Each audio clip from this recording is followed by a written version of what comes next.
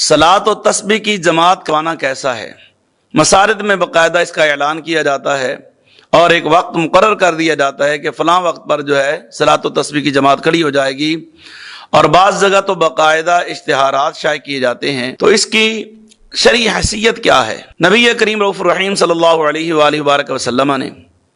اپنے چچا جان حضرت سیدنا عباس رضی اللہ تعالی عنہ کو باقاعدہ اس کی تلقین فرمائی ہے، اور یہ حدیث مبارکہ ابو داؤد شریف، ترمذی شریف اور دیگر کتب احادیث میں بھی موجود ہے۔ حضور علیہ الصلوۃ والسلام نے ارشاد فرمایا، چچا جان میں کیا آپ کو ایسی نماز نہ سکھاؤں کہ جس کے ادا کرنے سے آپ کے سارے گناہ معاف ہو جائیں؟ تو عرض کی یا رسول اللہ صلی اللہ علیہ وآلہ وبارک وسلم ضرور ارشاد فرمائیے۔ تو میرے آقا علیہ الصلوۃ والسلام نے ارشاد فرمایا چچا جان 4 رکعت نماز نفل اس طریقے سے پڑھیں کہ آپ تکبیر تحریمہ کہنے کے بعد جب ثنا پڑھیں تو ثنا پڑھ کر تلاوت کلام پاک سورۃ فاتحہ یعنی قرات شروع کرنے سے پہلے آپ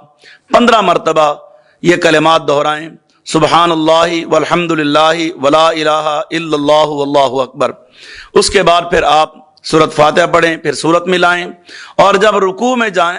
تو رکوع میں جانے سے پہلے 10 مرتبہ یہی کلمات پھر دہرائیں، سبحان اللہ والحمد للہ ولا الہ الا اللہ واللہ اکبر۔ اس کے بعد آپ رکوع میں چلے جائیں، اور رکوع میں جانے کے بعد آپ سبحان ربی العظیم پڑھیں 3 مرتبہ 5 مرتبہ، اور اس کے بعد پھر جو ہے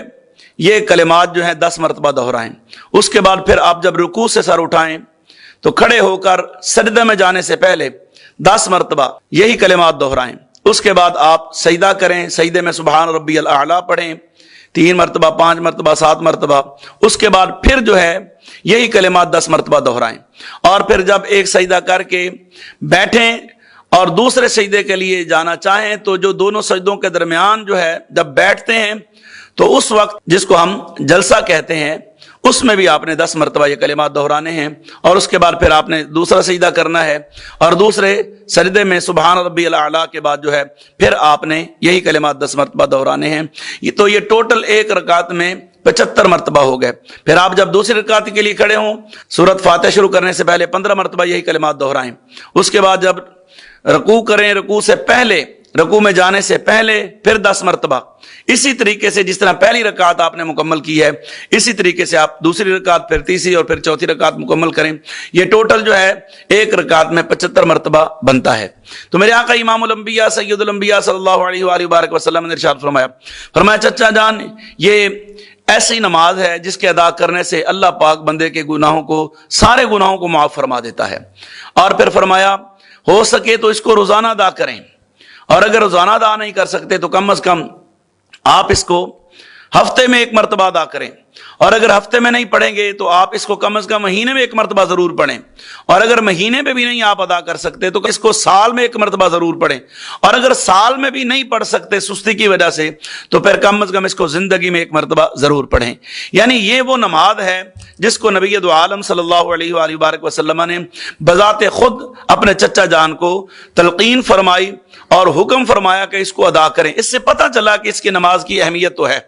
اب جو نبی پاک علیہ السلام کے غلام ہیں، ظاہر ہے حضور علیہ الصلوۃ والسلام کی تعلیمات ساری امت کے لیے ہیں، تو وہ صلاۃ و تسبیح کا اہتمام کرتے ہیں، صلاۃ و تسبیح کی نماز ادا کرتے ہیں۔ خواتین اپنے گھروں میں ادا کرتی ہیں اور مرد حضرات بھی اپنے گھروں میں ادا کرتے ہیں، اور حکم بھی یہ ہے کہ نفل کی نماز جو ہے وہ آپ اکیلے اور گھر میں ادا کریں۔ اس لیے کثرت سے خواتین جو ہیں وہ گھروں میں ہی اس کا اہتمام کرتی ہیں۔ لیکن جو خاص مواقع ہیں جیسے شب برات ہے، یعنی 15 شعبان معظم کی رات ہے، یا 27 لیلۃ القدر کی رات ہے، یا اسی طرح 27 رجب المرجب کی رات ہے، تو یہ وہ راتیں ہیں جن راتوں میں باقاعدہ طور پر جو ہے مساجد میں اس کا اہتمام کیا جاتا ہے اور لوگوں کو اس کی طرف ترغیب دلائی جاتی ہے۔ تو اب آیا سوال یہ پیدا ہوتا ہے کہ 5 نمازیں فرض ہیں، اور فرض نماز جو ہے وہ جماعت کے ساتھ ادا کرنا ضروری ہے، اور اگر کوئی شرعی عذر نہ ہو تو ہر صورت میں جماعت کے ساتھ نماز ادا کرنا یہ بھی ہر صورت میں ضروری ہے۔ اب یہ تو نفل نماز ہے، تو نفلی نماز کا کیا جماعت کے ساتھ ادا کرنا کیسا ہے؟ کیا ایسے کرنے سے جماعت ہو جائے گی؟ تو ذہن میں رہے کہ اگر کوئی اشتہار چھپواتا ہے، یہ اعلان کرتا ہے، تو یہ وہ تداعی کرتا ہے، اور تداعی کے ساتھ نفل کی جماعت اگر دائماً ہو یعنی ہمیشہ ہو تو یہ باقاعدہ فقہاء کرام نے اس کو مکروہ لکھا ہے، یعنی باقاعدہ طور پر جو ہے وہ ہر وقت جو ہے نفل کی نماز وہاں جو ہے جماعت کے ساتھ ادا کی جا رہی ہے، چاہے وہ تہجد ہے، چاہے وہ چاشت ہے، اشراق ہے، اوابین ہے، یا اور بھی کوئی نماز ہے۔ تو اگر نوافل کی نماز جماعت کے ساتھ باقاعدہ طور پر ہمیشگی کے ساتھ ادا کی جا رہی ہے تو فقہاء کرام نے اس کو منع کر دیا ہے۔ لیکن اگر کبھی کبھی عوام کی سہولت کو دیکھتے ہوئے کبھی کبھی اس کا اہتمام کر لیا جائے تو یہ اس کو باقاعدہ درست قرار دیا گیا ہے۔ دور حاضر کے مفتی اعظم مفتی منیب الرحمان صاحب نے باقاعدہ اپنی کتاب تفہیم المسائل جلد 2 میں صفحہ نمبر 115 پر باقاعدہ طور پر جو ہے اس کی وضاحت لکھی ہے، اور انہوں نے اعلیٰ حضرت عظیم البرکت مجدد دین و ملت امام عاشقاں الحاج الحافظ القاری شاہ امام محمد رضا خان فاضل بریلوی رضی اللہ تعالیٰ عنہ وردہ کے حوالے سے باقاعدہ طور پر لکھا۔ آپ فرماتے ہیں کہ بہت سے اکابرین سے نوافل کی جماعت تداعی کے ساتھ یعنی اعلان کے ساتھ ثابت ہے، اور عوام جو ہے وہ فعل خیر سے منع نہیں کیے جائیں گے اور نہ نوافل کی جماعت سے۔ یعنی اگر کوئی عوام الناس میں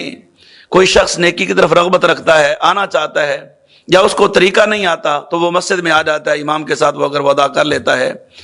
اعلیٰ حضرت عظیم البرکت کے حوالے سے مفتی منیب الرحمان صاحب نے واضح لکھا ہے، اعلیٰ حضرت نے فرمایا کہ عوام فعل خیر سے منع نہیں کیے جائیں گے اور نوافل کی جماعت سے بھی نہیں، اس لیے کہ نہ پڑھنے سے پڑھنا بہتر ہے، بجائے اس کے کہ آپ اس کو عوام الناس کو نماز سے متنفر کریں، اس سے بہتر ہے کہ آپ ان کو مسجد میں جمع کریں اور ان کے دل میں ایک نماز کی محبت پیدا ہو، اور اس کے ساتھ ساتھ جو ہے وہ ان کو سجدوں کی لذت نصیب ہو اور خشوع و خضوع نصیب ہو۔ تو یہ ایک طریقہ ہے کہ اگر کوئی شخص، اور عموماً آپ نے دیکھا بھی ہوگا ناظرین کرام کہ ہم لوگ جو ہیں جب کوئی ایسا معاملہ ہوتا ہے، بڑی رات ہوتی ہے، تو مساجد میں اکٹھے ہو جاتے ہیں اور باقاعدہ طور پر خشوع و خضوع کے ساتھ اپنے گناہوں کی معافی مانگتے ہیں اور اللہ کی بارگاہ میں سر مسجود ہوتے ہیں۔ تو باقاعدہ یہ ایک اچھا عمل ہے، ایک اچھا کام ہے، لیکن اگر تداعی دائماً ہو یعنی ہمیشگی کے ساتھ ہو تو پھر اس میں کراہت ہے، ورنہ دور حاضر میں جیسے لوگ دین سے دور بھاگ رہے ہیں اور لوگ جو ہیں دین کے قریب نہیں آتے، تو اس حوالہ سے اگر کسی مسجد میں باقاعدہ اس کا اہتمام کیا جاتا ہے تو باقاعدہ اس پر کوئی اعلانات وغیرہ ہوتے ہیں تو شرعاً درست ہے۔ اللہ پاک کی بارگاہ سے امید رکھی جاتی ہے کہ رب کائنات اپنے محبوب کے صدقے سے یہ ان گناہ گاروں کے سجدے، ان کی نماز، کسی کی نماز کے صدقے ضرور قبول فرمائے گا۔ اللہ پاک ہم سب کو ایسی بابرکت راتوں میں اور بالخصوص یہ شب برات اور شب قدر اور جو راتیں جن کی فضیلت حدیث مبارکہ میں آئی ہے ان میں اپنی اللہ پاک ہمیں اپنی بارگاہ میں سر جھکانے کی توفیق بخشے، آمین۔